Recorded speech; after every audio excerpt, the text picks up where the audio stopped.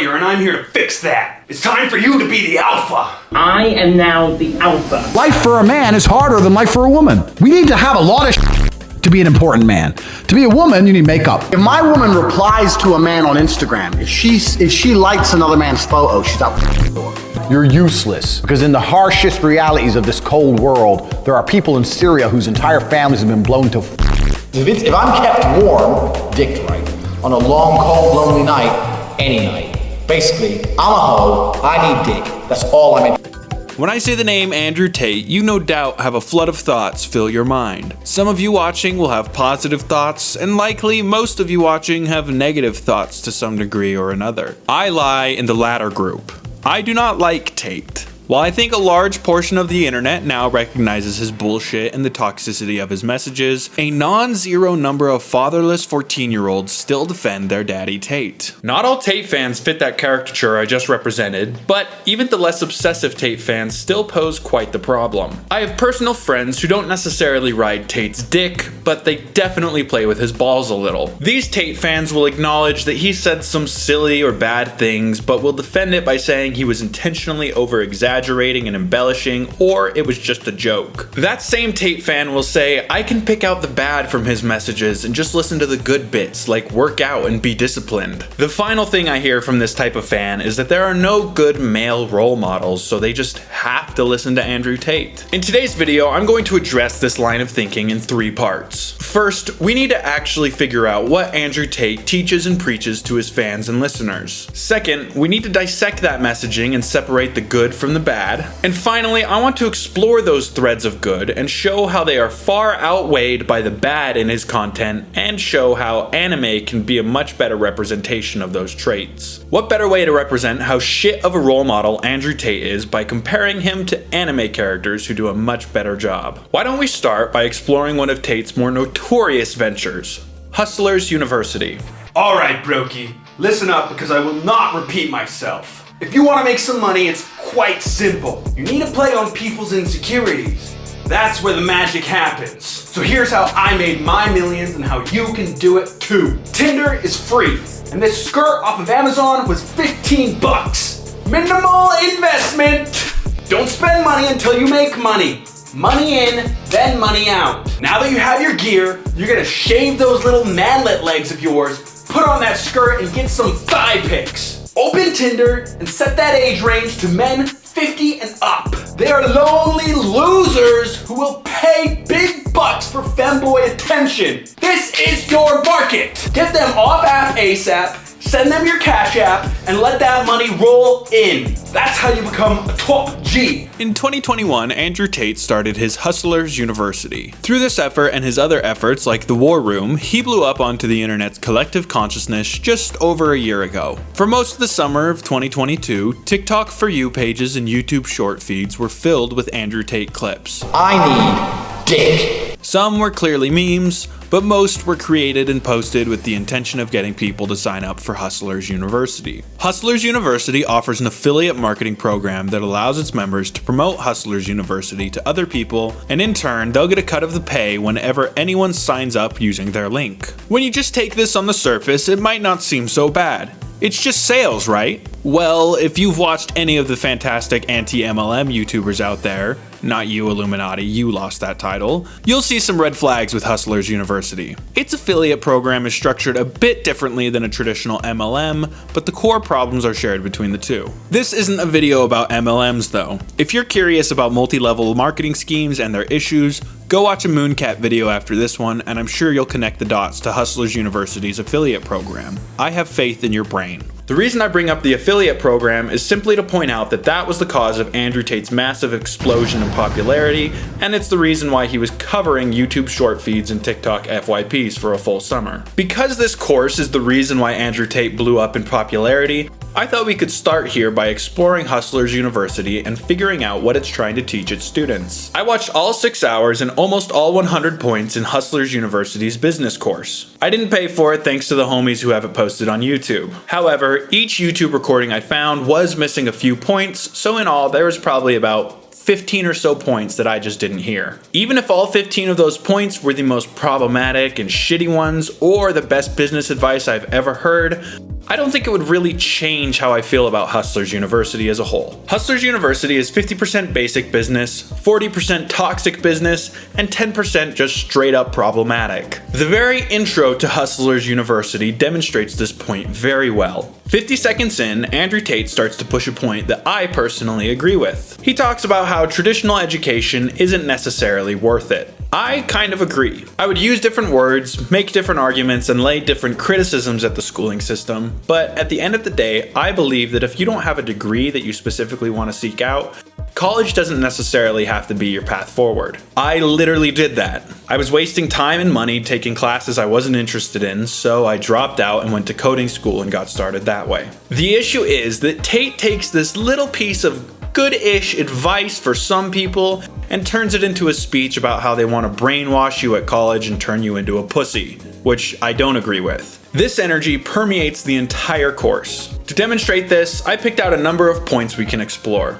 Let's start by exploring the 50% of basic business tips. What I'm about to tell you, the Matrix doesn't want me to tell you. You're not gonna hear this anywhere else. The Matrix doesn't want you to know this, but the key to making money is making more money than you spend. They're not gonna teach you this in college. They're afraid you're gonna become powerful. I know this because I'm a top G and no one else can compare.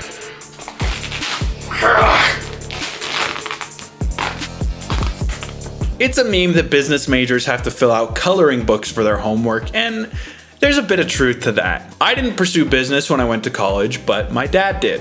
He's a business owner and he majored in business. He shared with me many times growing up that he wished he had minored in business instead because he felt like a vast majority of his business courses were just kind of common sense. You could definitely learn stuff by pursuing a business degree. It's still a 4-year degree, but when you compare the time and cost for what you're getting out of that degree, it's not necessarily always worth it. If you want to start a business, I really think you could do just as well by watching some YouTube videos on basic business stuff. Those videos would help boil down a semester's worth of discussion into some nice points and reminders for you to learn from. This is what about 50% of Hustlers University is. A decent number of these points are just generically good business advice, but it's also not groundbreaking in any real way. Point 6, for example, sell to people you've already sold to. It's all about trying to turn customers into repeat customers. Or point 12, you can't fuck up if you don't spend money. This point is all about not spending money when you set up a business, so that way if things go south, you're not fucked. And it's also about setting up the bare minimum and using the business revenue to upscale the business as needed. Point 58, success is exponential. This isn't always 100% true, but it is definitely true that once you start to get some success, it's easier to make those future successes bigger and bigger. And finally, point 61, never say no to money.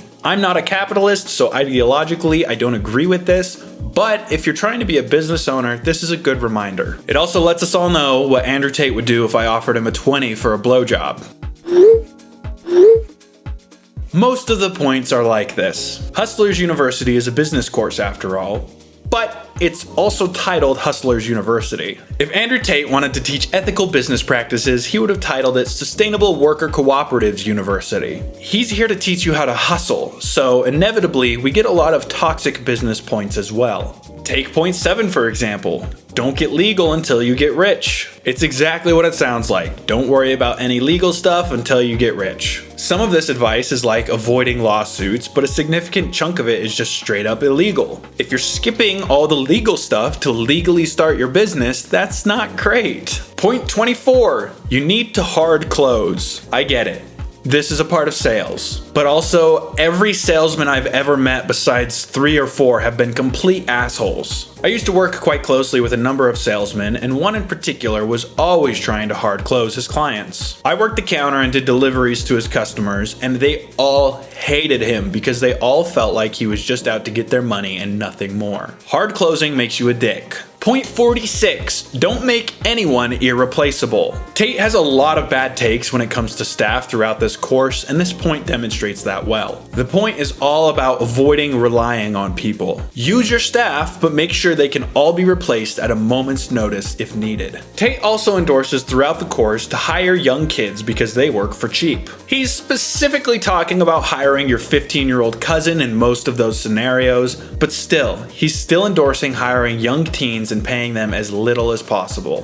Points like these are littered throughout the course, and even some of the less explicitly toxic business points are still littered with this energy. Finally, we have the objectively bad stuff. The last section was toxic, but at the end of the day, a lot of those business practices are just common capitalist business practices. This doesn't make it good, but it does mean that a lot of companies are employing those toxic business practices. I'm just trying to show that while common, those business practices are bad. I think I can get most watching. I misspoke while delivering that line, and while I could have just left that small mistake in, or just like simply cut in saying the part I forgot, just saying like to agree and then moving on, I'm like, let's be obnoxious.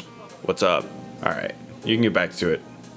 To agree that paying people as little as possible isn't great, ethically speaking. Just because someone is willing to work for free, that doesn't mean they're not entitled to fair compensation for their labor. Even if you disagree that that advice is toxic, the final section that fills out Hustlers University are explicit red flags. Point 13, business won't last forever.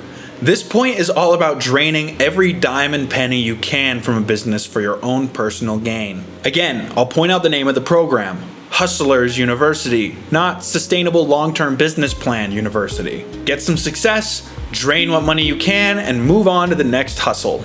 This is definitely a massive red flag. Point 52, war is profitable but not always. I've put this one in here because in that point, Tate pretty much reveals his grift to his viewers. He actually does this all throughout the course. There are many moments in the course, like point 52, where Tate will talk about strategies he uses to get suckers in and to get their money. And it correlates pretty much 100% with the strategies he uses to get people to sign up for Hustlers University. Tate at one point talks about famoosing the goose. You need to famoose the goose but not get fameased. You don't want to be the goose and get famoosed, but instead you need to famease the geese. Famoose. You take the money, famoose them. You famoose a goose, and you famease the geese. This is business, listen. He's the goose, you famoose him. This one in particular is funny because it's Tate telling his audience that he's grifting them. He's fameasing the geese, and his viewers are all getting famoosed because they're the goose. Finally, I didn't get this one's point number because Tate stopped saying point numbers at one point and just kind of started going from point to point. But the point is about breaking the rules to make money. Tate raises probably the biggest red flag in the course here. He praises the guy who did the Fire Festival. If you're not aware of what that is, there are tons of documentaries and YouTube videos about it, but in short, it was a very notorious scam. Tate talks about being impressed by him and how he's the kind of guy you want to be and the kind of business partners you want to look for. This is a huge red flag, and it clearly shows that without a doubt, the point of Hustlers University is to learn how to scam people, even if 40 or so of the points are just basic business advice. The core of the course, and what Tate wants you to take away from it, is how to scam people. He dresses it up by adding in some basic business tips or some sales tips, but at the end of the day, the course is building up to the scammer's skill set.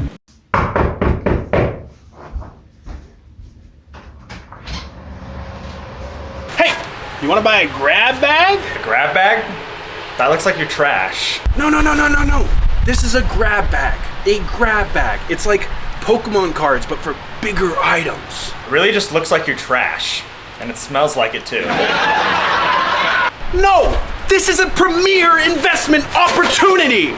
You want to get rich, right? Well, this bag will fix all your problems. It has a ton of premier items for $50. You'll make your money back easily with this investment opportunity.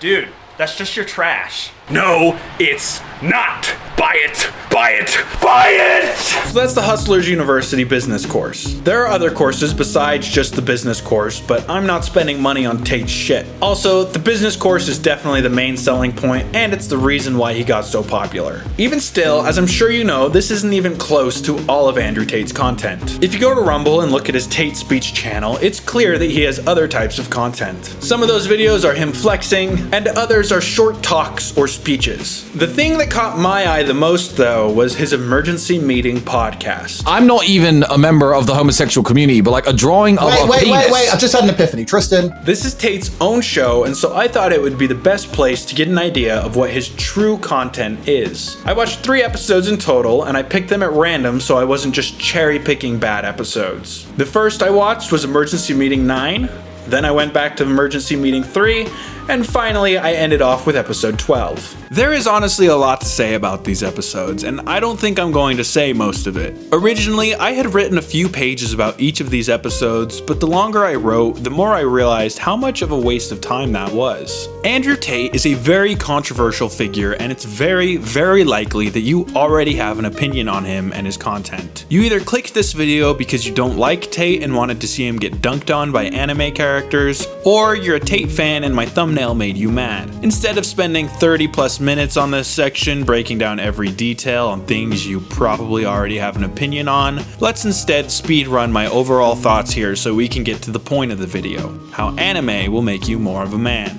Overall, Tate's podcast is dog shit. There is very, very little value anyone can take from it. The vast majority of each podcast just consists of Andrew Tate flexing on his audience about his muscles, money, or his bitches. His words, not mine. I would easily say that 60% of his podcast content is him just screaming and yelling about how much better he is than everyone. It's very uninteresting and it gets old super fast. Littered throughout my notes on each episode are notes like, "He's just fucking flexing again," or "This is so boring, shut up, Andrew." A further 35% of his podcast is just straight up vile. For example, in episode 9, the Tate brothers spend around 15 minutes total just insulting Ethan and Hila Klein over at H3H3. Now, full disclosure, I am an H3H3 fan. I've watched them since high school back in their edgier days, and while I don't normally watch their full podcasts today, I do check out plenty of their podcast clips, and I do watch Ethan's show Leftovers with Hassan. Even with all that said, it doesn't discount what I'm going to say next. Andrew Tate has no arguments ever. Yeah, I'm dropping the debate bro card. At the time that the emergency meeting episode 9 aired, Ethan had just recently talked about the Tate brothers on his show, and so in response, they decided to just throw insult after insult at Ethan and Hila instead of responding to any of the criticisms laid at them. Andrew even says that he doesn't even respond to hit pieces, as he calls them, and instead, he just looks at a picture of the person and that's all he needs to see. This is not how you have any sort of discourse, but Andrew Tate doesn't want discourse and discussion. He wants to keep his cult of 14 to 24-year-olds alive and thriving, and if he had a real conversation about any of these topics, a large portion of his audience might start to see through his grift. He does this with other people in other episodes as well. In episode 3, for example, he says the same type of comments about Danny Gonzalez. Tate's only values are strength and money. So while Ethan and Danny are both pretty wealthy due to their channel sizes, they're not super ripped and jacked, and therefore Tate doesn't care. This is obviously very, very, very stupid and a way for Andrew to keep his persona up while keeping his fans brainwashed. Andrew Tate will not engage in any real discussion. For further proof, just look at his debate with Hassan. Andrew is trying to defend his claims that women can't drive, and when Hassan pushes back on him with facts and evidence proving that women are safer drivers, Andrew Tate calls him boring, declares that he already won the debate, and then takes his headphones off like a beta baby bitch. Aldi has his headphones on. Yeah, oh, he took his headphones off? He gets very stressed sometimes, and yeah, it's cool. It's important, Sometimes you can't take the heat. Sometimes you can't take the heat, so you gotta get out of the kitchen a little bit. Honestly, he got so smashed in that debate that it's easy to understand why he avoids real conversations about anything. Andrew Tate's beliefs are only based on his own ego, and so any real discussion looking into those beliefs would shred them to bits. Instead of having a real discussion, Andrew and Tristan just resort to insults. It's one thing to insult someone you disagree with once or twice in passing, but it's another thing when your entire argument is only insults. Ethan is wrong because he's overweight. Danny Gonzalez is wrong because he looks like a liberal. It's a very stupid way of looking at the world. All right, Mr. Tate, it seems you've got some pretty intense charges laid at your feet. You've got sex trafficking, rape, and forming an organized crime group in order to sexually exploit women. These are going to be quite the monster to take down. You're going to want me to do all the talking here. Let's avoid interviews and press appearances and chill out on the rhetoric, all right? Can you bench 225 though? I'm sorry, what? I asked you if you can bench 225. No, Mr. Tate. I haven't been to the gym since my 20s. Alright, get out of my face! I won't be talking to some weak loser! Excuse me, how does my bench have anything to do with me being able to represent you as a lawyer? I won't have some weak loser represent my case! Sir, I really don't advise this decision. Weak loser! Get out! I will represent myself. Only a top G can represent a top G! Another part I found disgusting about their podcast was the G of the Week segment. A couple of the Gs they picked were just memes, like you have this guy who wrote a song about how rich and cool he is when in fact he's just a brokey. That's fine, but what's not fine is when they make a pedophile the G of the Week. In episode 9, they make the G of the Week a guy defending being attracted to underage anime characters. I've actually talked about the sexualization of underage characters before in my Death Games video. It's in the section where I talk about high-rise invasion if you're interested on my full take on the matter. In short though, it's wrong and gross and one of my least favorite aspects about the anime industry. The only thing worse are straight up lollies. It doesn't matter if the character was given a chest the size of watermelons, a 16-year-old girl is still underage and sexualizing them is very wrong. The second I hear anyone say the phrase, "but the age of consent is 16 in my state," or "it's hebophilia, not pedophilia," that's a massive red flag, and Andrew Tate just raised that flag by making this guy G of the Week. One thing we need to address before moving forward is the argument that I'm sure a few Tate fans are either thinking or commenting right now. It's just a joke, bro. Tate is just memeing here. In response to this defense, I reference iDubbbz's great Sam Hyde documentary. In this documentary, iDubbbz spends a considerable amount of time with a controversial comedian named Sam Hyde. As the documentary goes on, iDubbbz brings up irony, and he has a short segment about it. What the fuck is that? He goes through the differences between sincerity, irony, post-irony, and meta-irony. His conclusion is that Sam Hyde lives in the meta-irony space. This is when someone says something sincere that they believe, but they say it in a way where it could be a joke. In short, this blurs the line between what someone's actual jokes are versus what they actually believe. This most definitely applies to Andrew Tate. Andrew Tate has said some pretty icky stuff about younger women in the past. For one, there's that clip where Andrew Tate talks about how he likes to date younger women so he can put his imprint on them. Because that 26-year-old has talked to more guys, been to the club more times, been more places, been fucked and dumped more times, more arguments, more heartbreak, more bullshit, more mess for me to clean up. Whereas a 19-year-old might have had one guy from high school, just broke up, she's fresh, and I can fucking put my imprint on her, make her a good person, and without her having to go through all that detriment to learn about life. Past that, a few women have come out and stated that Andrew Tate reached out to them while they were still underage. Daria Gusa, for example, states that when she was 16, Andrew Tate DM'd her. The message Tate sent her is innocent-ish, and it's not sexual, but things go from bad to worse when you hear that Daria says that her profile made it very clear that she was still underage and in high school. With Tate's own comments and actual women coming forward stating that he reached out to them while they were underage, it's pretty clear that this isn't just a joke, bro. Tate made that loser creep G of the Week because he agrees with him. This isn't the only problematic G of the Week segment. In episode 3, the G of the Week is goddamn Putin. They like Putin because he takes what he wants, or in other words, because he's a fascist. Russia, on Putin's orders, is invading a sovereign country and destroying countless Ukrainian and Russian lives. Towns are being leveled, soldiers are shot and killed, and many civilians are hurt or killed as well. War is awful and only brings pain into the world. I don't care about some argument about a dumb piece of paper from decades ago, or that Russia's getting scared of NATO. Meh. What Russia, and more directly, what Putin is doing is very, very wrong.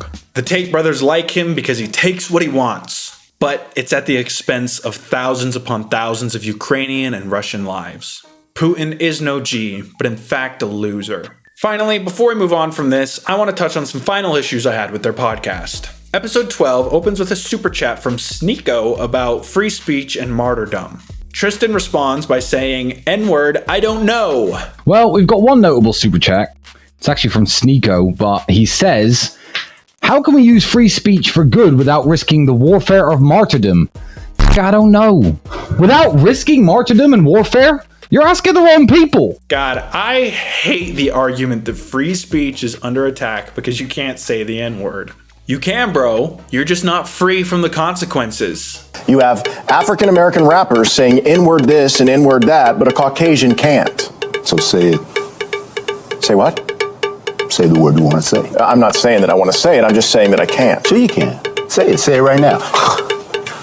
I will say it with you. It's not funny or edgy just to say the N-word, but in fact, it's cringe. These free speech guys are always mad that they're getting banned for saying slurs, but no one likes you except your loser 4chan friends anyway. It's not an attack on your free speech if people block you, dislike you, or if a platform removes you for saying slurs or spreading negative ideas. You can't be arrested for it, so your free speech is not under threat. These social media sites are private businesses and they have every right to ban users who they don't want on their platform. It's not a joke just to say a slur. Sorry, you're a loser and you're not funny, bro. Grow up. Moving on, the last thing I want to touch on is Andrew Tate's constant misrepresentation of his court case. Andrew Tate has been charged with rape, human trafficking, and forming a criminal gang. Specifically, he's accused of using the lover boy method to lure women out to Romania, where he then employed methods to keep them there and restrict their freedoms. Tate constantly represents it that this is just one or two women with super weak claims against him. For example, in episode 12, Andrew Tate is talking about the case while showing clips from the Vice documentary by Matt Shea. In those clips, Matt Shea is interviewing one of the anonymous victims, and Andrew Tate talks about how he's being accused of telling a woman to go make me a coffee or stuff like that. That was the worst Tate voice ever. Sophie, 13 years ago, you said to Sophie, make me a coffee. You're evil. Tried to destroy my reputation and my life by extension. He plays clips from the Vice documentary while misinterpreting his case in order to imply that this is what the Vice documentary says. This is a straight up lie. Tate can't acknowledge the real reasons why he's being prosecuted because, again, if he actually discussed the claims of human trafficking, then some of his audience might wake up from his bullshit. In the same vein, Tate will just say he's being banned and attacked for saying things like go work out and be a man. But again, just like with his criminal case, this is a huge misrepresentation. In fact, I'd say it's a straight up lie. Tate was banned for all of the toxic shit that drips from his content. We've been talking about that toxicity all throughout this video, and we will continue to, but Tate can't address these claims head on for the same reasons he can't talk about his court case truthfully. Finally, in episode 12 in particular, Tate makes a lot of false comparisons to support his claims that the media is out to get him. Tate brings up people at the BBC who have been caught for sexual crimes of their own, and Tate brings it up as evidence that the BBC is just targeting him and ignoring their own staff. This is Tate comparing apples to F-15 fighter jets. The reason why the BBC and other outlets are writing pieces about Tate, his content, and his criminal case isn't because they're all conspiring against him. It's because Andrew Tate is well-known, semi-popular, and very controversial. Writing about him, doing an interview with him, or anything in that vein is guaranteed to get them more clicks than if they were to write a story about one of their staffers who is accused of criminal offenses. Andrew Tate is one of the most Googled individuals in the world, and so the BBC and other outlets are going to use that notoriety to get more clicks for their own platform. I'll use myself as an example. I chose to make this video for a few reasons. For one, I think the red pill community is really fucking stupid, but also Tate is popular, so I thought the video idea and representation of anime will make you better would get a lot of clicks. I believe everything I'm saying and presenting in this video, but the reason why I specifically chose to frame it around Andrew Tate instead of someone like Fresh and Fit or Jordan Peterson is because of Andrew Tate's popularity. That's the internet, baby, not the deep state. You know, I'm thinking of making a video about Andrew Tate and how he sucks. No! You can't do that! You can't attack him! What about his feelings? Well, it's not about his feelings or attacking him. It's because he actually spreads, like, really problematic ideas. But his feelings! You don't want to hurt his feelings, do you? No, but also he's kind of a bad person, so I don't really care. But his feelings! Alright, we've covered 95% of Tate's podcast at this point, but what about that final 5%? Well, on occasion, Andrew Tate will give some advice, and it can be okay. That's what this final 5% is. I'm not underselling him here either. Episode 3 and episode 9 have hardly any advice or anything beneficial in them at all. Episode 9, for example, takes a whole 50 minutes before Andrew and Tristan get to stuff that could be considered advice at all. Episode 12 does have one segment where Andrew Tate is specifically addressing his audience and giving them advice, but that's it. So what are some of these crumbs? Well, let's start with episode 3. In episode 3, we get don't smoke weed and avoid drugs. I do smoke weed on occasion and I've found it very beneficial for my own life, but it is true that if you just avoid all drugs, you'll avoid any chance of addiction, even if that chance with weed is small. We also get the very interesting piece of advice of be obsessed with money. This one, of course, ties into a Hustlers University promo because the Tate brothers are grifters trying to milk their audience for all they're worth. That's it.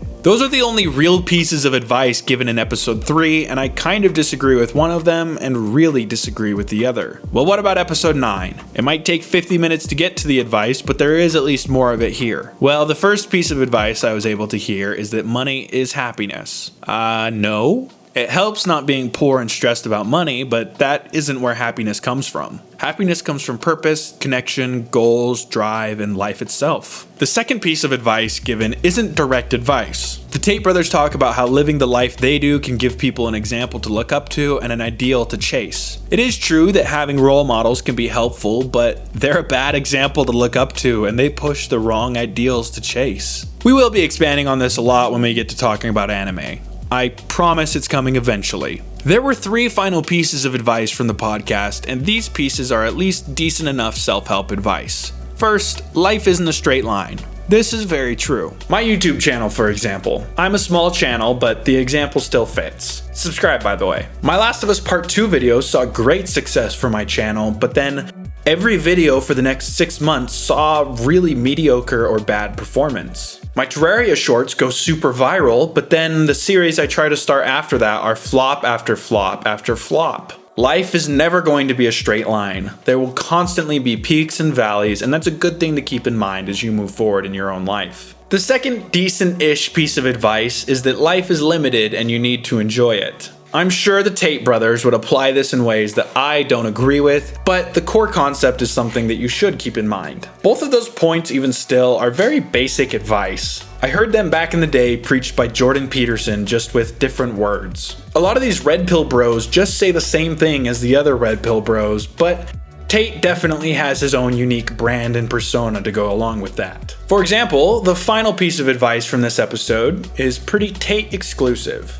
Get in the cage. This means you need to fight for the life you want and you need to be willing to do the tough things. This is an idea that I definitely agree with, and I've kind of made a video on the topic already. I made a video called How Rango Changed My Life, and the themes I discuss and the message I try to push definitely falls in line with this piece of advice. You need to work to get the life that you want. It's not just going to happen. Alright, well, what about the final episode I watched? Emergency Meeting 12. This episode opens with Andrew Tate telling his audience that he's going to yell at them and those that listen will be able to fix their lives. Finally, a segment in the show where Tate isn't just pushing his grifts or flexing on his audience. They don't get right into the yelling and advice though. Of course, there's 20-ish minutes of grifting and flexing to take place before then, but once they actually get to that advice, it's mediocre at best and grifty at worst. Tate's advice he gives in this yelling section is that you've had opportunity after opportunity pass you by without taking advantage of them. He uses Bitcoin as an example here. He states that you no doubt heard about Bitcoin before it blew up a few years ago, but you didn't look into it or do any research, and so you missed out on a cheap investment opportunity. He then leads us all into AI and how it's the next Bitcoin, and if you want to get success from it, now is the time to put in the work. Unfortunately, but not surprisingly, this leads into a Hustlers University promo for their AI course. They also play an AI story here to show off the things they've been working on, and it's pretty bad. Eventually coming to a stop directly in front of me. He remained still for a few seconds before leaning forward and whispering in my ear, "Do you know my name?" There are, again, threads of truth in this piece of advice. I remember hearing about Bitcoin back in junior high, and I had years to look into it before it blew up, but I never did. Probably because I was 14, but the point still stands. Hold on. If you see an opportunity, you need to take advantage of it or else it'll pass you by. The issue with this advice is the fact that it's all a build-up to plug Andrew Tate's Hustlers University AI course. Andrew Tate spends 10 plus minutes making his audience feel anxious, stressed, and scared. He talks about Bitcoin and how they all missed the opportunity in order to instill fear and stress into all of his viewers. He then takes that fear and uses it to push the Hustlers University grift as the answer to their problems. This might be okay advice about taking opportunities when they come to you, but it's all in service of getting people to sign up for his Hustlers University program. Well, hello, welcome in, welcome in. What can this top G do for you? Well, my cat died and I'm just not handling it very well. Every day I wake up and my heart just aches with pain. And I'm worried that this pain will never go away and I'll never be able to look at a cat again without crying. I see. That's quite the predicament. Have you heard of my course, Hustlers University?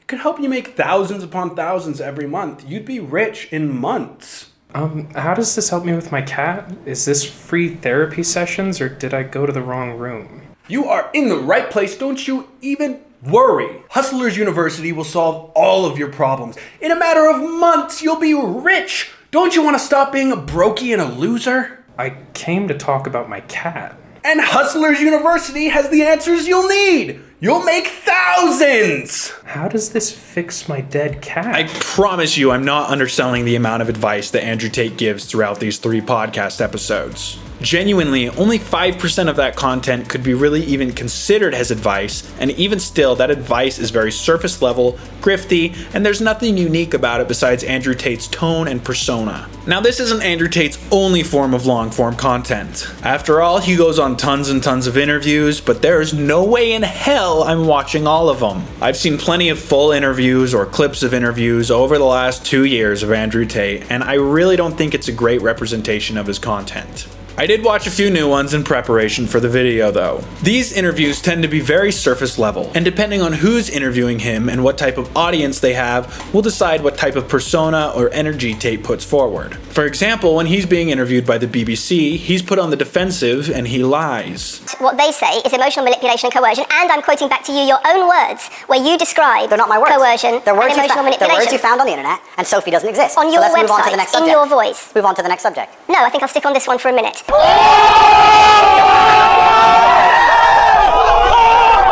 You get girls to fall in love with you, and they do it because they love you, because they want to do what you say. Convincing women to take part in some kind of business arrangement doesn't work long term because they're emotional. You've got to get them to fall in love with you. That's coercion, that's emotional manipulation, that's abuse. They're accusing me of using the Loverboy method, coercing them by being nice. So yeah, on CobraTape.com I have my PhD program, and that is a Pimp and Hose degree. That teaches basically how I met girls, how I got girls to like me, how I got girls to fall in love with me to work on webcam for me. Because that's what I did. That was my MO, was find girls, make them love me, and make them work for me. I was all about trying to get paid. Like I used sex as a tool to make women love me so they'd obey me and live in my house and make me money.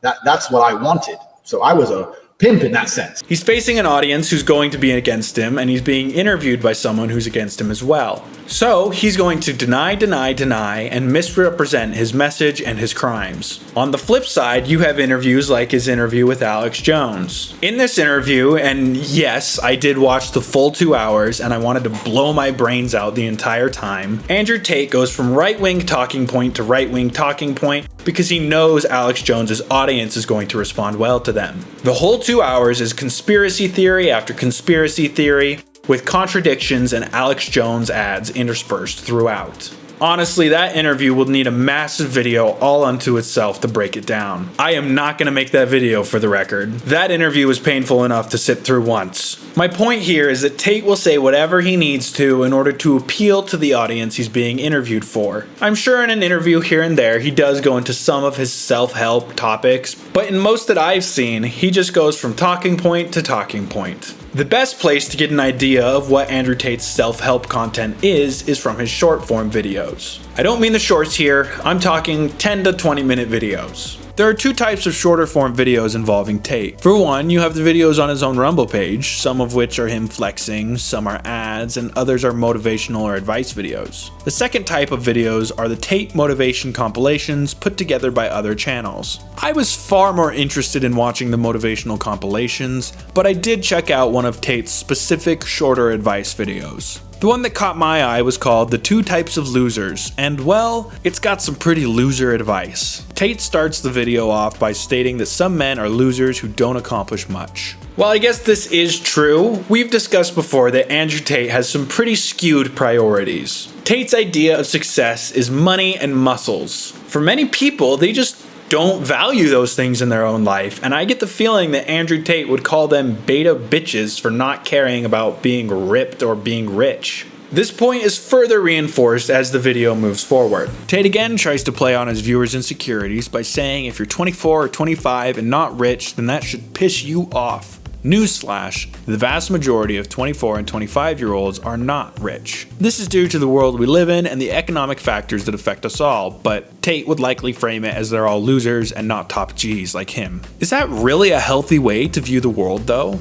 No, it's not. And it's just straight up wrong for the record. Tate goes on to state that there are two types of losers in the world. Loser A and loser B. Loser A is someone who is fucking a few different women, but that's all they really do. They're overweight and or a brokey, but at least they're bagging some women. Loser B is someone who's out of shape and a brokey, but only has one woman. In Tate's mind, loser A might not have rippling muscles and stacks of cash, but he's at least getting lots of women, so his energy is going into the right place. Loser B, on the other hand, has no excuses. Tate isn't necessarily bashing monogamy when he's talking about loser B, but rather he's saying that because loser B already has someone they're happy with, they have no reason not to pour the rest of their time and energy into working out and working on their business. This video is honestly dog shit advice. Tate spends 10 minutes playing on his audience insecurities because they're all likely 14 to 24-year-old men who are either single or in a monogamous relationship. The vast majority of those men are likely not wealthy either. They're either in high school or college working a $12 an hour job, or they're freshly out of school with more debt than cash. The only shred of real advice you could maybe pull from this video is the idea that you need to spend your time on your fitness and getting a real career. Even still, you really have to squint to pull that message from the video, and I'm still presenting it in a very charitable light here. Tate's end goal is not to give his audience solid advice though. After spending 7 or so minutes making his audience feel afraid and ashamed for simply being at the same spot as most people in their life, Tate starts to flex his own wealth and push Hustlers University as the answer to these supposed problems. This is just another of those countless examples showing that Tate is a grifter. He gives no real substantial advice in this whole 10-minute video besides a vague implication to chase money and fitness, and he plays up his audience's fears and insecurities, all with the goal of massaging his ego and persona and to get more signups for Hustler University. I'm sure if I kept watching Tate's own videos, I'd find some videos that are much more advice focused and good advice. But at this point, I've watched around 15 hours of Tate content and I've found hardly any of that. Even Hustlers University, which has 100 different points of advice, is mostly basic business advice, toxic advice, or straight up illegal. So while I could watch 10-minute Tate speech after 10-minute Tate speech, I'm very confident that most of them would carry the same energy as the last 15 hours of content I've watched. This brings us to the final type of Tate content, the fan-made stuff. I won't be going over every little short out there because that's literally impossible. Rather, I want to talk about the fan-made motivational speeches focused around Andrew Tate. Without a doubt, these videos contain the most advice, but it's still advice from Andrew Tate. Hey, brokey, you're 19 and you don't own at least 4 supercars, then you're a failure. A failure. You might as well give up. You're 19, you might as well be 90. Your life is over and you are a failure. Give up, brokey. You'll never be like me. For those of you a bit younger, there's a little bit of hope. But you need to invest in the exotic fish market now. Go get the biggest loan you can, buy 25 fish tanks and fill them all with exotic fish.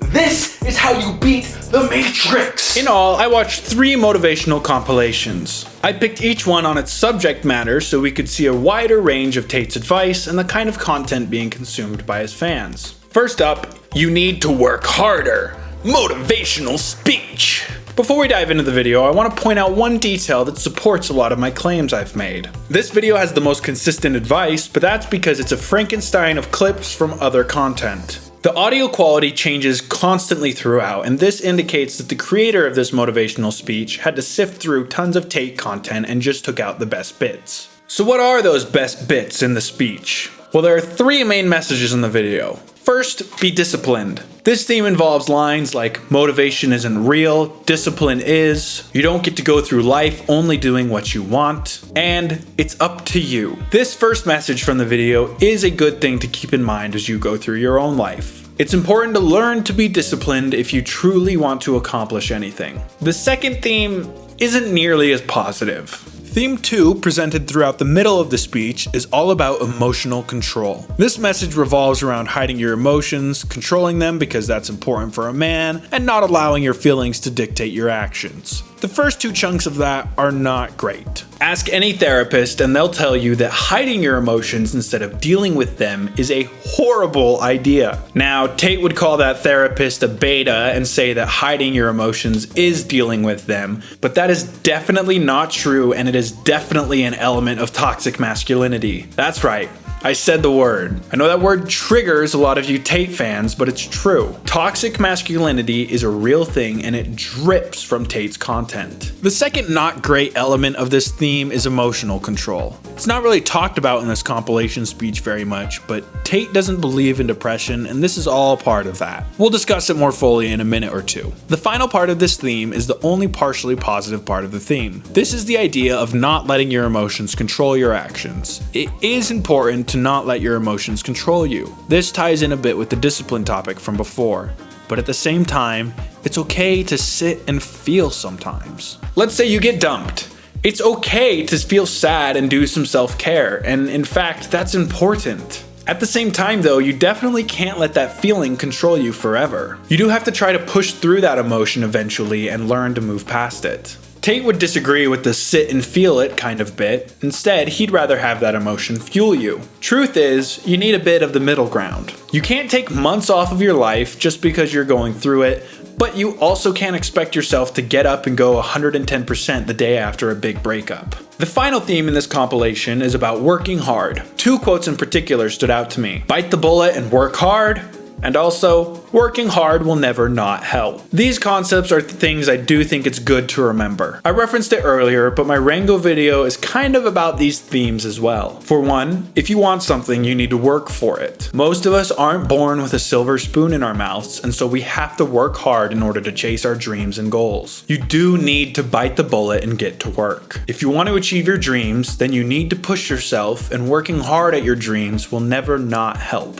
While this speech did have some decent advice in it, I want to remind you that it's just a Frankenstein of clips from other Tate content. Without watching this specific curated compilation of Tate's words, you're not going to get anything close to this amount of self-help advice in any of his actual content. Even in the curated stuff though, you're still going to get some toxic and bad parts of his messages because that's the core part of his message. In the last video we discussed, there are definitely small bits of that, but each motivational speech gets progressively worse. The next one I picked from the YouTube search page was Become a G, Tate's Mindset Techniques. This one is less fragmented and Frankenstein together than the one before, and in turn, there's a bit more problematic stuff here. This video presents the idea of the top G mindset and the 4 points that make up that mindset. Those core points are 1, believe you can do anything. 2, be mad about the things you're missing out on. 3, no one is going to save you. And 4, everything you say you must mean. Let's go point by point. Believing you can do anything is a good thing, and I personally believe that. I do believe that anyone can achieve anything, to a degree. Of course, if you're 4'11", you're probably not going to play in the NBA, but you can still fuel your passion for basketball and become a very skilled and talented player. Not everyone can be Taylor Swift, but everyone can work hard at their own music and have some success in the industry and come away with a project or an album that they're very proud of. I will probably not be the next Mr. Beast, but I can still work really hard at my channel and make it a success that I'm proud of. Generally, I don't have any problems with the first point. Tate does present it in a very egotistical light, but that's what you get with Andrew Tate after all. Point 2 isn't as positive, but it's also definitely not the worst advice that we've talked about so far. The idea here is that if you're not living the life you want, then that should piss you off. You can then take that anger and use it as a fuel to pursue the life you do want. While I don't think obsessing over trying to get rich and get supercars is a good thing, it is true that having an image of the life you want can help drive you forwards toward that goal. Using anger or frustration as a fuel can be helpful at times, but in my opinion, it's not the most healthy way to do it. You can fuel yourself using much more healthy emotions like passion and drive instead. Right, the guy who likes walking is going to walk further than the guy who likes the destination. You understand? The third idea is the idea that no one is going to save you. Unfortunately, this is kind of true. I personally would love to see a world where housing, healthcare, and a basic standard of living are guaranteed to all people, but we are very far from that world. However, this isn't really what Tate is talking about with this point. Tate's main point with this part of the G mindset is kind of rewording all the stuff we've already covered. You need to be the one to work towards your goals because no one else is going to. If you want to become a successful musical artist, you need to put in the time and effort to get there because in all likelihood, you're not going to be astroturfed into success unless you're born into a super lucky situation. This point is filled with that aggressive tone that a lot of Tate's content is filled with, but the core of the point is true. Again, similar message to the one I push in my Rango video. It's just worded in Tate's way of speaking. The final part of the top G mindset is the one I have the most issues with, but not necessarily for the message itself, but rather for the flavor that Tate sprinkles in there. The final part of the top G mindset is everything you say you must mean. Now okay, the core of this message is fine-ish. Tate's point is that you shouldn't be a quitter. You say things and you do them. One example Tate uses is that if he says he's doing 1,000 push-ups, then he's doing those 1,000 push-ups. At the core of it, fulfilling and obtaining goals you set for yourself is good, but also you need to use reason when doing this. If you can't even do 10 push-ups, it's not a good thing to force yourself through 1,000 push-ups because you're just going to get hurt. This isn't exactly what Tate is pushing here, but it is an important caveat to bring up. If you say something and then later come to realize that it was a bad or stupid decision, you should be able to change that decision instead of rigidly following what you originally said. These aren't ideas that Tate is necessarily pushing against with this message, but I did want to bring it up because otherwise this piece of advice is very reductive. Where this advice gets really bad is when Tate starts to talk about depression. Andrew Tate doesn't believe in depression. He says you can feel depressed, but depression itself isn't real. We've already talked a little bit about how Andrew Tate refuses to engage with empirical facts and data when I mentioned his debate with Hassan, but this is just another example of that. You can bring up the science and data showing that the disease is real, but he would just say that they're weak losers who need a pill to push through their depression. This is a super toxic message, and especially for his core and target audience. A lot of men today are feeling more disconnected and lonely than they ever have before, and in turn, they're taking their own lives at an alarming rate. This isn't because those men were all too weak to push through their depression, but rather it's because depression is a real thing with a number of different causes. Sometimes it's genetic, and sometimes it's due to society as a whole. The answer Tate provides for this depression is the top G mindset that we've been discussing, but that is not going to fix things.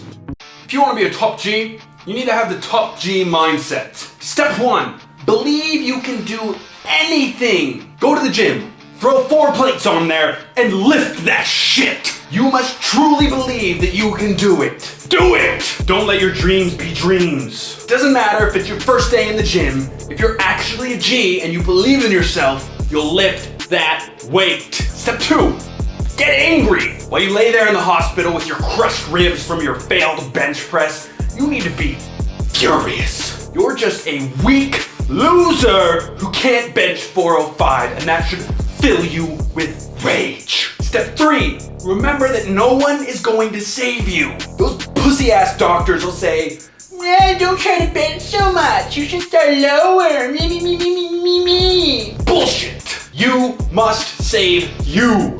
Will your bones to heal. Those doctors are just trying to keep you down. Finally, you must do everything that you say. After you've willed those bones to heal, get your ass up, get back in the gym, and bench 405. Rinse and repeat until you're a real top G. I had depression for about 5 years.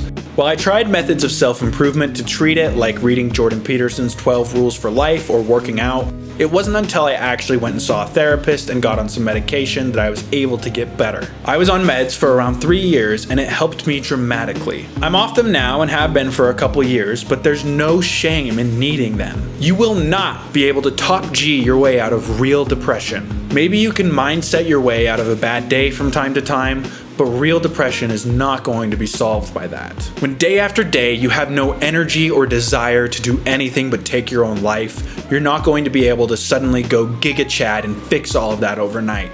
but rather you need to talk to a fucking therapist and find and fix the root of the issue. Some people are on antidepressants for a year and others for decades, but there's no shame in needing the help. Andrew Tate likes to pretend that he's out here trying to help people, but when people are genuinely helped through therapy and medication, he scoffs at it and calls them weak. Andrew Tate doesn't actually want to make people's lives better, but rather, he wants to convince them that he is the answer by playing up on their fears and paranoia and getting them to join his cult of fatherless followers. Andrew Tate might occasionally push general self-help advice that is good, but when it comes to things that actually help people like therapy and antidepressants, he pushes against them because it doesn't get more people to sign up for his Hustlers University grift. Okay, one more before we get to how anime is better than Andrew Tate. The final video is titled, Let Her Go, Heartbreak Motivation. I picked this one specifically over a lot of the others on the search page because its topic is so different from the ones we've just discussed. While the other videos had bits and pieces of real useful self-help advice,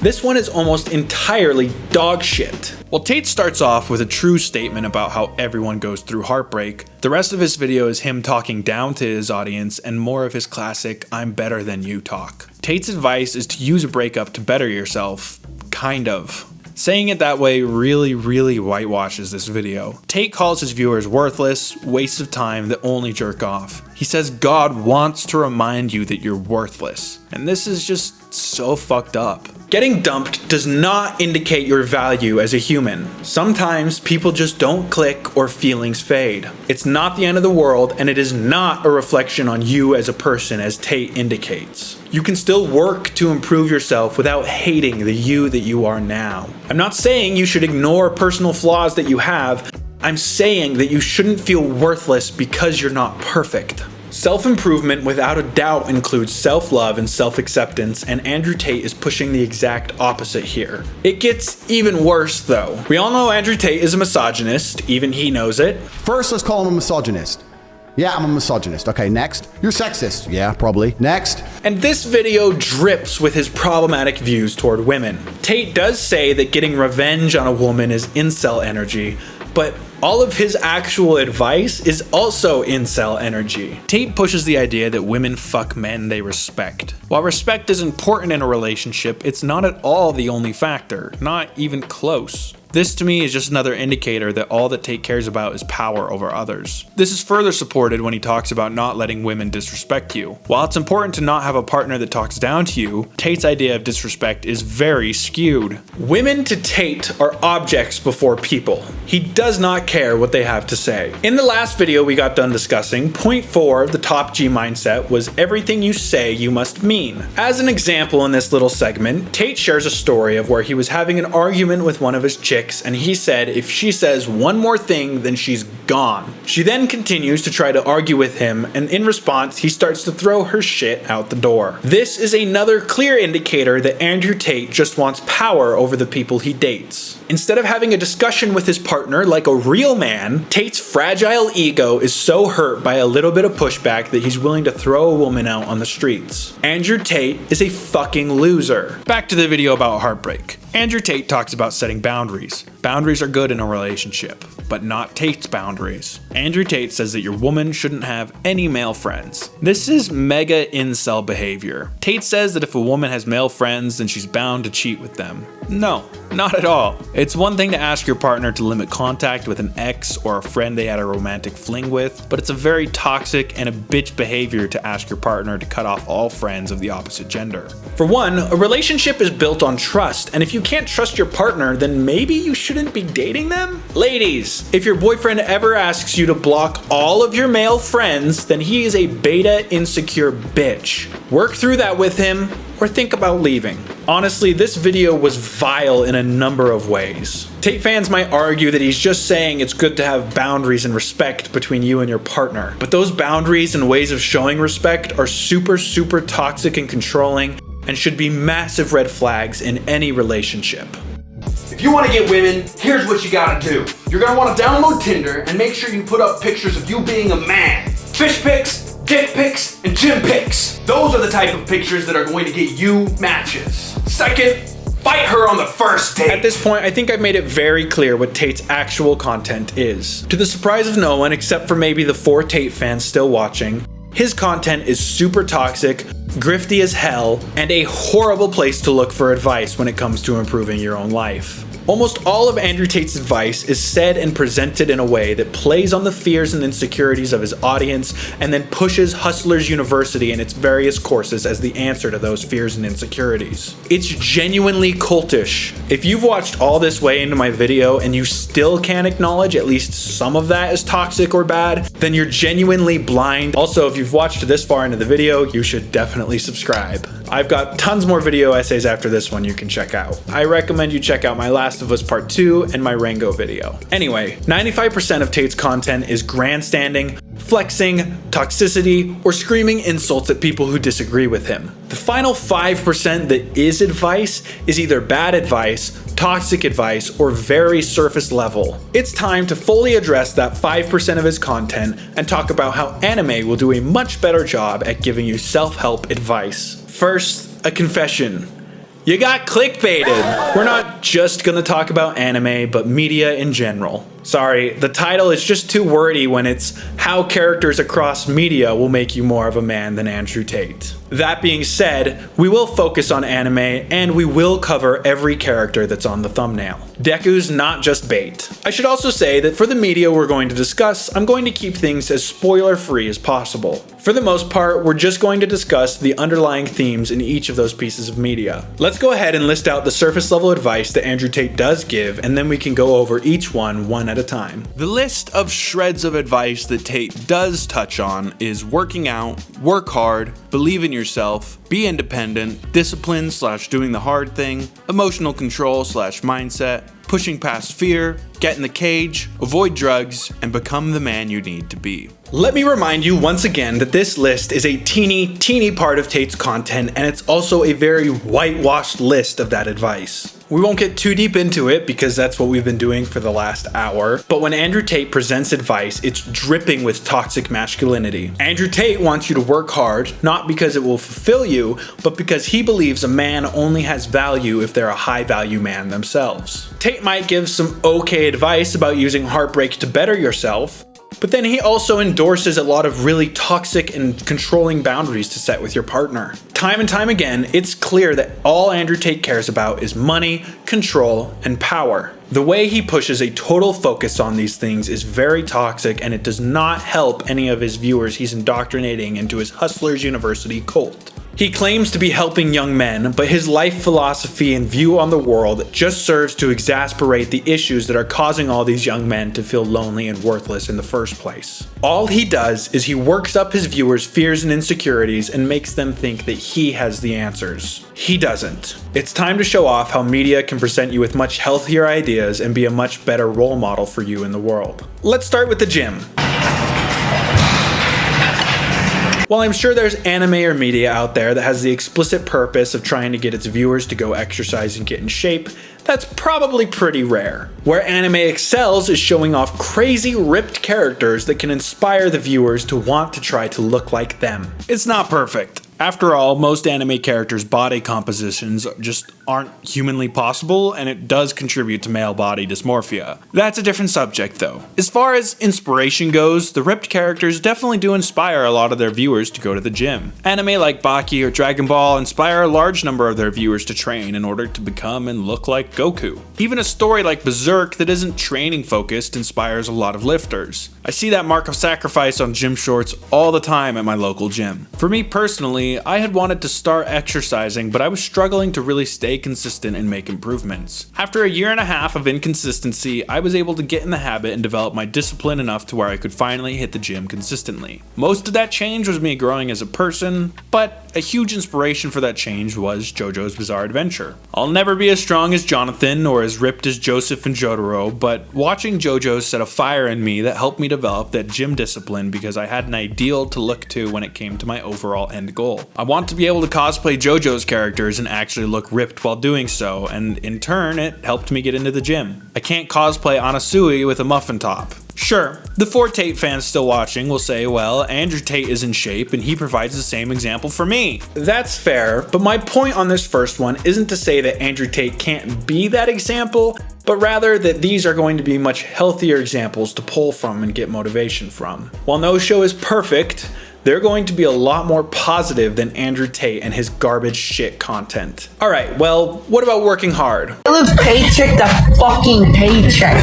Shut the fuck up! Well, we can always look at Guts. After all, he has the title of the Struggler, and he is on a constant upward battle against the forces of evil, but that's kind of low-hanging fruit. Everyone knew we'd be talking about Guts in this section, and we're going to continue to talk about him in other sections as well. For this topic, I want to focus on My Hero Academia. Say what you will about My Hero, but the fact of the matter is that one of the core messages and themes of the show is working hard to become the best version of yourself. Each character has to work with their own unique abilities and train hard in order to become real heroes. Deku can't even contain the power of One for All at the start of the series. He has to work hard through constant training in order to actually contain and control the power he's given. Step by step, day by day, Deku keeps pushing that metaphorical boulder over the hill time and time again. You don't have to like My Hero to be able to acknowledge this fact about the series. The catchphrase of the show is plus ultra. Without a doubt, one of the core themes of the anime is working hard and doing your best. In case you're curious about my take on My Hero Academia as a series, I made a whole video about it last year that you can check out after this one.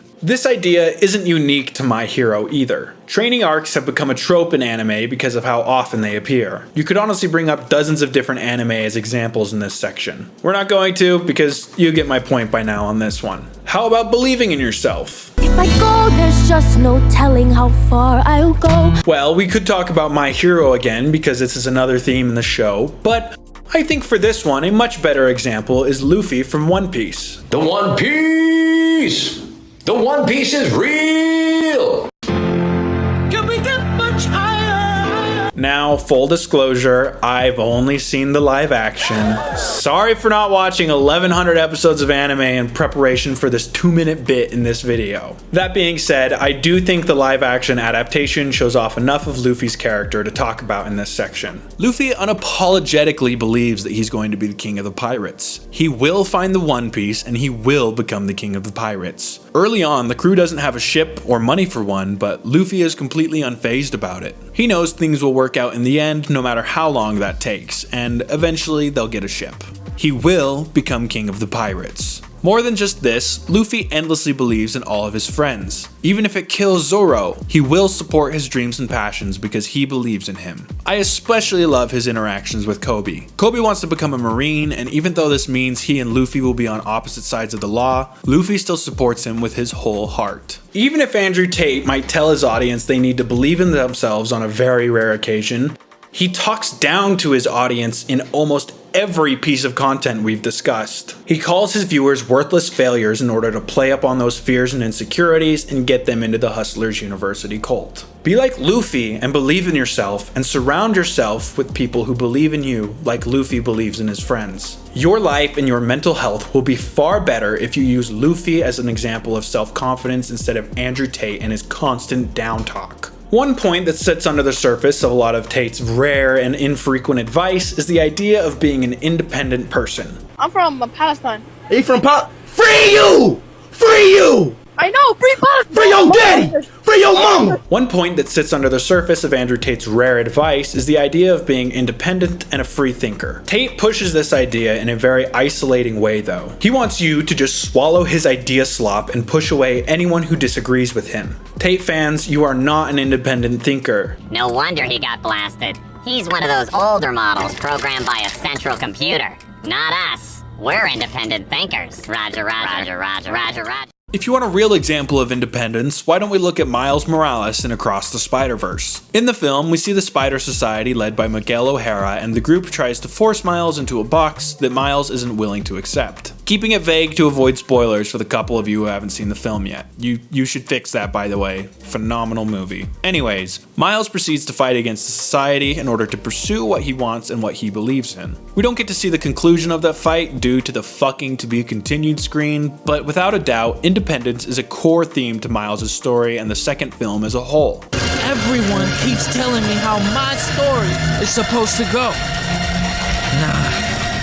I'ma do my own thing. While the theme is the strongest in Miles, it's present in a number of the side characters or part of those characters' character arcs as well. Spider-Punk might be a part of the Spider Society to start, but it's clear throughout the movie that he's punk. Hobie Brown doesn't hesitate to support Miles in his journey for independence throughout the entire movie. Gwen also has a bit of this theme in her character. Her story in the film is definitely focused elsewhere mainly, but she battles with her part in the Spider Society as well and the ideas she's been trusting for the past few months. Part of her character arc is her journey of learning what she supports and believes in. You don't need some pseudo father figure like Tate to tell you how to become independent. That in fact goes against the idea of independence as a whole. Taking the red pill and just accepting its ideas whole cloth and then pretending you're a free thinker is so fucking stupid. You're not. You're just parroting the things that Tate says. Becoming an independent and free thinker is a journey that takes a long time. It took me almost 4 years to fully deconvert from the religion I was raised under and the backwards ideas that came with that upbringing. I'm not saying everyone has to think the way I do in order to be considered an independent thinker. That goes against the whole idea of it after all. What I am saying is that Tate's fan base and a lot of the Red Pill community as a whole are very cult-like in their uncritical acceptance of all these ideas. It's fine to have creators who you generally trust, but it's not fine to just uncritically accept everything they say. Think for yourself, examine those ideas and examine what those ideas are trying to push, and decide if you actually agree with those ideas and messages. Be like Miles and think for yourself. Another idea pushed by Andrew Tate is the idea that he's under attack because he tells young men to work out and be disciplined. This is of course a silly straw man of the critiques laid at Andrew Tate, but it is true that he will occasionally mention discipline and its importance. The test is simple. Remove your hand from the box, and you die. Anime, like with everything else we've been discussing, will give you a far better example of what discipline and doing the hard thing actually looks like. I've got 3 characters to talk about here. First up, Guts again. Now, discipline I wouldn't say is a main theme of Berserk, but it's no doubt an underlying one. Guts has the mark of sacrifice on his body, and this means that every night and every day, without fail, the undead and forces of evil will come for him until they're able to kill him. Guts is motivated by his drive for revenge in a lot of situations, but he's also driven forward by his sheer will and discipline. He wasn't born the Black Swordsman, he had to be forged into that powerhouse of death and destruction. Long before he was marked for death, Guts was still training and fighting constantly with the Band of the Hawk. His body is covered in scars, not only from endless fighting, but also from his endless training and efforts to push himself to become better and stronger. You all knew we'd be talking about Guts a lot in this entire section, so let's talk about someone less obvious for this attribute. Demon Slayer has its fair share of haters, and I think you can lay some critiques at the anime. That being said, I do enjoy it. The Entertainment District arc in particular is one of my favorites. There's a reason why I got a displate of Tengen, and it's not just because he's hot. I don't think it's peak fiction, but it is an enjoyable show. Like with My Hero though, you don't have to like the show in order to understand the point I'm trying to make here. Tanjiro is a shining example of discipline and doing the hard thing. You could point to a dozen different moments in the anime to show this off because Tanjiro is never just happy with where he's at in Demon Slayer. Throughout the whole show, he is pushing himself and he trains hard. He's just a human and so he gets hurt a lot in many of his battles, yet time and time again, even while he's still hurt and told to rest, he gets back to training the moment his body is well enough to move. More than just that, he pushes himself in the fights themselves every time. A demon will break his ribs, throw him through a building, and his body will be drained of all energy. Yet, Tanjiro gets back up and continues to fight until that bitter end. Finally, I want to talk about Dalinar Kholin in regards to discipline and doing the hard thing. Now, I'm sure most of you watching are going,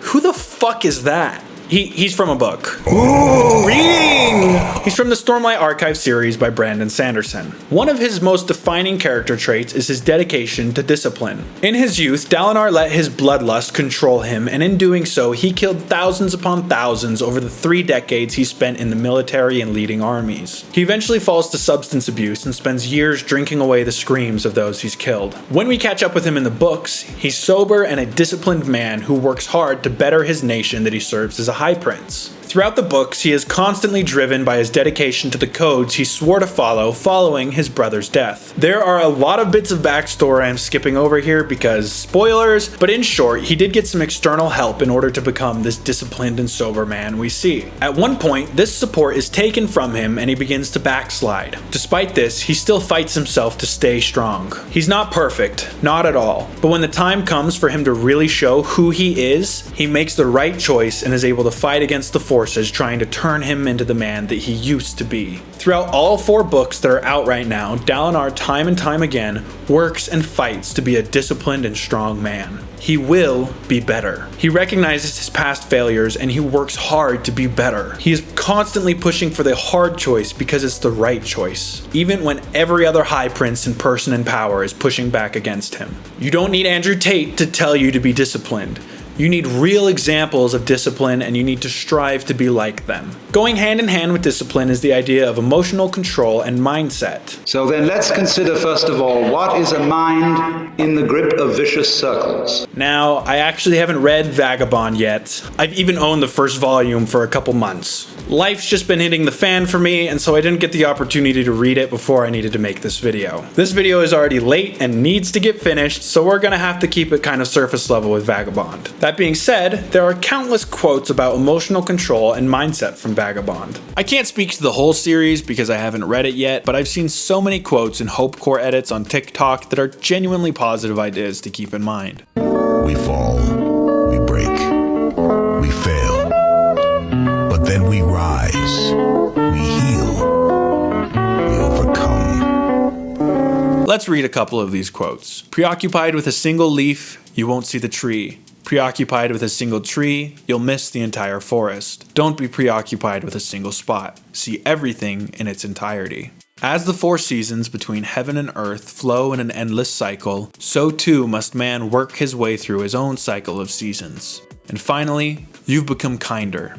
You're getting stronger, I see. All truly strong people are kind. Again, I can't fully speak to the series because I haven't read it, but there are solid messages and takeaways from the manga that anyone could apply to their own life and journey of self-reflection. How about we talk about a character and series that I can fully speak to in regards to emotional control and mindset? Kaladin Stormblessed. Kaladin is from the Stormlight Archive, just like Dalinar is, and I actually did a full character study a couple videos ago on his story in the first book. A short recap of his character. Kaladin is a trained and skilled warrior who becomes a slave. Through his slavery, he is faced with countless horrors that take place on the war on the Shattered Plains, and it eventually breaks him. However, he's able to push through the pain he feels and the horrors he sees, and he fights for a better world. He doesn't big brain his way or Tate mindset his way out of depression, but rather, he's able to survive it thanks to his friend Syl. As the book series go on, Kaladin's mental struggles do not go away. In each book, he's fighting with various different parts of himself, and he loses to those parts of himself time and time again. It's only through taking a step back and working with a support group that Kaladin is able to make real progress on his mental health and his mental fortitude.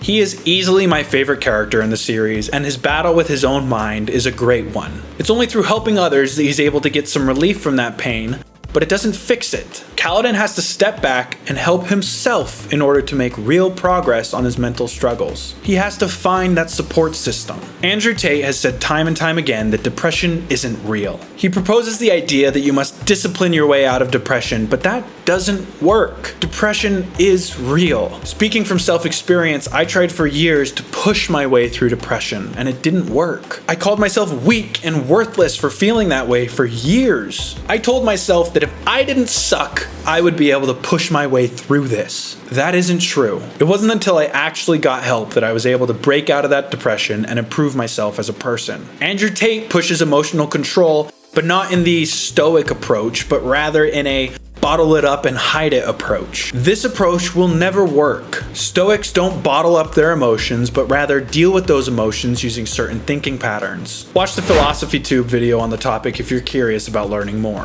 Andrew Tate doesn't teach or present these ideas at all. You will be far better off learning about healthy mindsets and how to properly deal with emotions through media, rather than the toxic and self-defeating methods preached by Andrew Tate. For the topic of pushing past fear, we need to branch out from shonen anime. Gonna cry?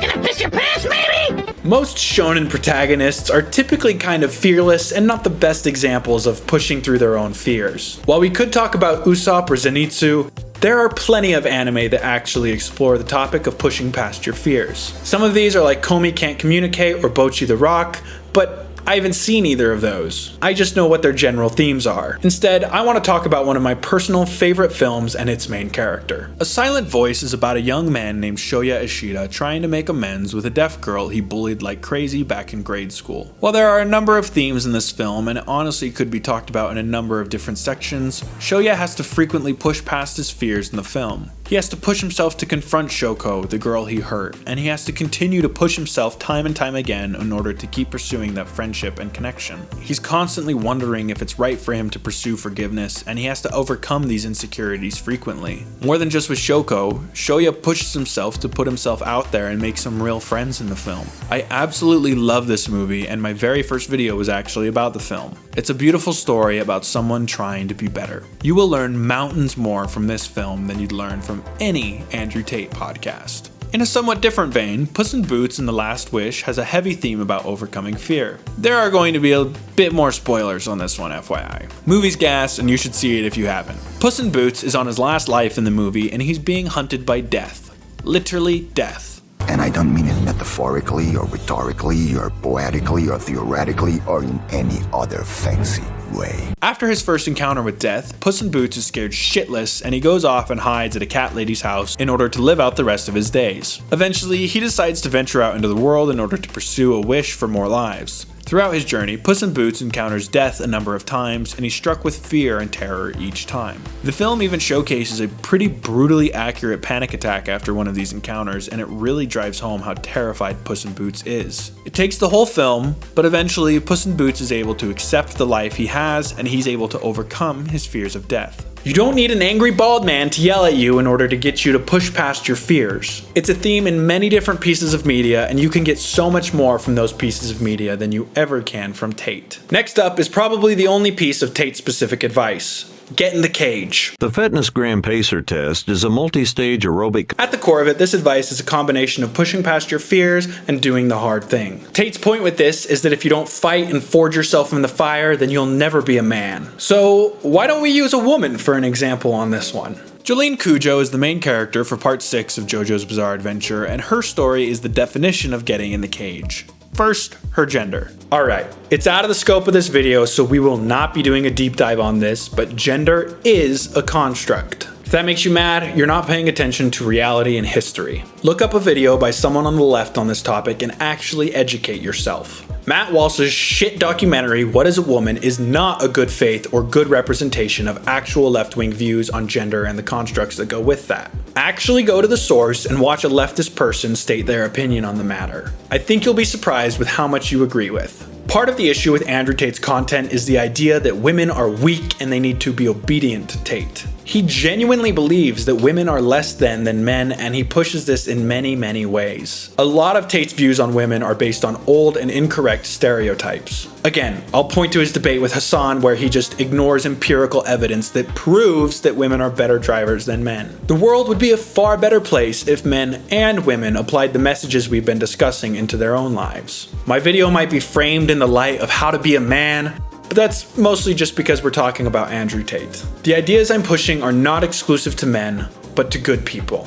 I think the most sensible Andrew Tate fans can understand what I'm saying here. The other ones are probably just mad. If I keep writing on this topic, this video is going to get another half hour in length, so let's get back to Jolene. Jolene quite literally gets in the cage, even if it's not her choice. Part 6 starts with Jolene going to jail for a crime she didn't commit. Like many other JoJo parts, Jolene awakens a stand inside of her and is then faced with an onslaught of enemy stand users throughout the part. She's only 19, and at the start of the part, she's your typical 19-year-old girl. Her design is overall soft, and she's kind of immature. One of the first times we see her, she's literally flicking the bean. More than that though, she's understandably scared and worried about going to prison for 15 years. However, by the end of the part, she's been forged into a powerful and confident woman who's ready to face any challenge facing her down. She becomes the spitting image of her father, Jotaro Kujo. This is clear even in her character design. At the start of the part, she's designed to look a lot softer and less muscular. By the end of the part, she's just as ripped and toned as any other JoJo character.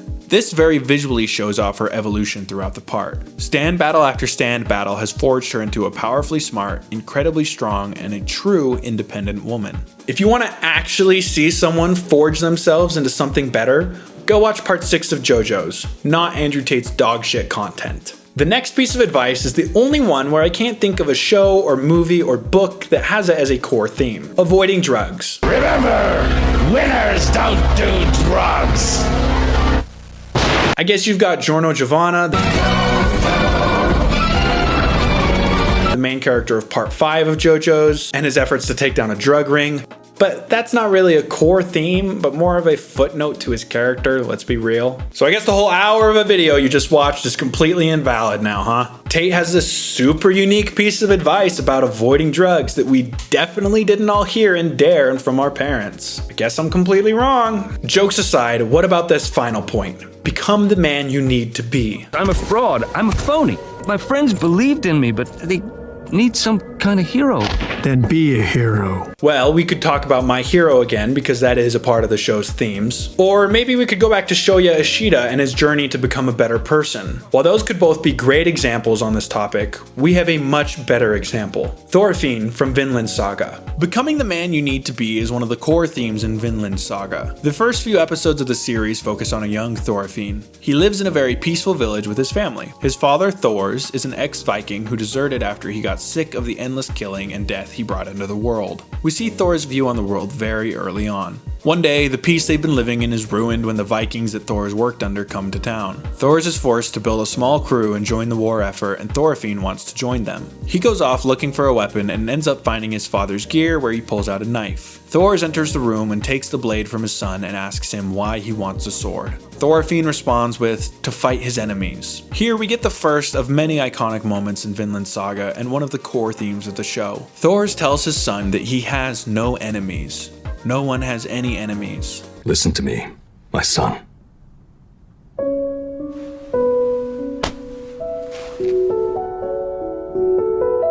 You don't have enemies. Thors heads off to join the war effort and Thorfinn sneaks onto their boat. Soon after this, we learn that getting Thors to join the war effort was a trap just to get him killed. The group is attacked by a large group of mercenaries, and yet despite the immense threat to his life, Thors chooses to fight with non-lethal methods. This is the second part of his philosophy on life. A true warrior is someone who uses peace and non-lethal means to achieve a better world. It's why he left the fight all those years ago, and it's why he chooses now not to kill his attackers. This fight does end with Thors being killed right in front of his son, and it's also the inciting incident for the rest of the series. The young Thorfinn sneaks onto the mercenaries' ship and vows to kill the leader of the group, Askeladd. The rest of season 1 follows Thorfinn as he grows and becomes the exact thing his father stood against. He joins up with the mercenary crew in order to one day kill Askeladd, and in the process, Thorfinn fights and kills many men. A lot happens in season 1 that I won't spoil for you, but the man we meet in season 2 is a very different Thorfinn. He comes to accept and regret his past actions, and he starts to work to become a man his father would be proud of. Season 2 is the start of Thorfinn becoming a true warrior. He had killed many men beforehand, but we quickly come to see in season 2 that doing the kind and just thing is far harder than resorting to violence and killing. Vinland Saga is so dense and filled to the brim with lessons to take away from Thorfinn and his journey to become a true warrior. It would take a massive video essay all unto itself to fully unpack this story. We can't unpack it all, but I do want to discuss one more concept from the anime. The concept of Vinland itself.